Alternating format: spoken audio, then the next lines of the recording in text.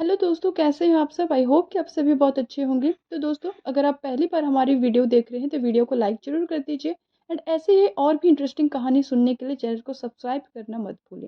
तो चलिए आज की कहानी स्टार्ट करते हैं। सही में कुछ शक्तियाँ क्या उसमें थी? क्या वो जादूगर था जो ये दुनिया को नष्ट करने वाला था? ये एक ऐसे काला जादू की बात है जिसने पूरे परिवार को बर्बाद कर दिया था और भी ना जाने कितने परिवार की जिंदगी लेना बाकी था। भारत एक ऐसे देश है जहाँ पे आप भरोसा करें या ना करें, लेकिन लोग आपको उसके संकटों में लेके ही जाते हैं। यहाँ पे किसी न किसी की कभी न कभी अंधविश्वास के कारण बलि चढ़ जाती है और इस बात का शिकार बना मध्य प्रदेश के रहने वाले ब्रिजलाल चोपड़ा। उसका बीमार पुत्र ठीक होता ही नहीं था और परिवार वाले को ऐसा लगता था कि उनके बेटे के ऊपर कोई काली शक्तियां घूम रही है।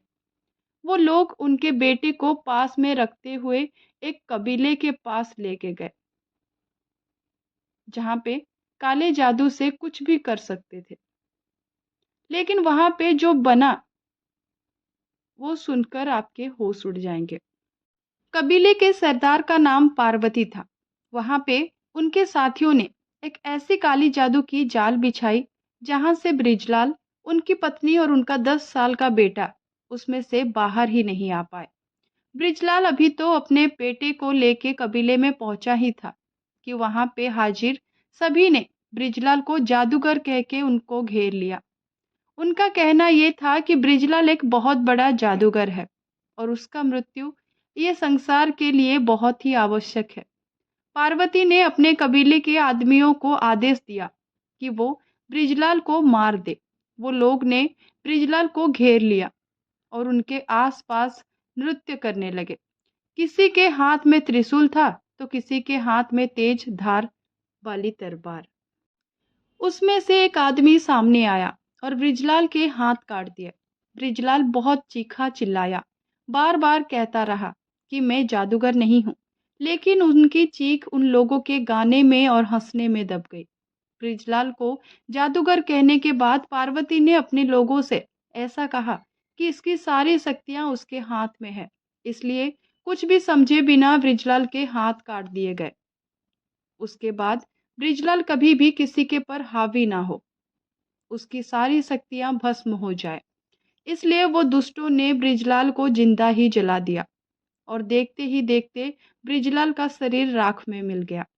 ये सारा खतरनाक हश्र ब्रिजलाल के 10 साल का बेटा और उनकी पत्नी के सामने हुआ था। वो दोनों ने मदद के लिए चीखे चिल्लाए, लेकिन उन्होंने उनकी एक भी बात नहीं सुनी। ये सारी घटना को अंजाम देने के बाद उन्होंने ब्रिजलाल की पत्नी और उनके बेटे को जाने की अनुमति दे दी और उन्होंने एक चेतावनी दी कि अगर इसके बारे में किसी को कुछ भी कहेंगे तो उनका भी अंजाम बहुत बुरा होगा। अपने पति की मौत और पूरे परिवार को खत्म होता देख सुषमा पूरी रात पुलिस स्टेशन के चक्कर काटती रही। माँ और बेटे ने सारी बातें पुलिस को बताई कि किस तरीके से वो डाकन ने उनके पति को जिंदा जला दिया। फिलहाल कबीले की पूरी जमात और उनके सरदार पार्वती सहित पुलिस के कटघरे में है। सुनने में आया है कि बहुत जल्द उन लोगों को मौत की सजा होगी। कानून इस घटना को किस तरीके से अंजाम देगी वो तो समय ही बताएगा। लेकिन इस घटना ने एक बहुत बड़ी सवाल खड़ा कर दी है कि क्या सही में भारत में काला जादू होता है? अगर होता भी है तो किस कारण से होता है? ऐसे ही हजारों कई निर्देशों की बलि चढ़ेगी। बहुत सारे सवाल हैं, लेकिन जवाब ढूंढते बहुत ही मुश्किल है।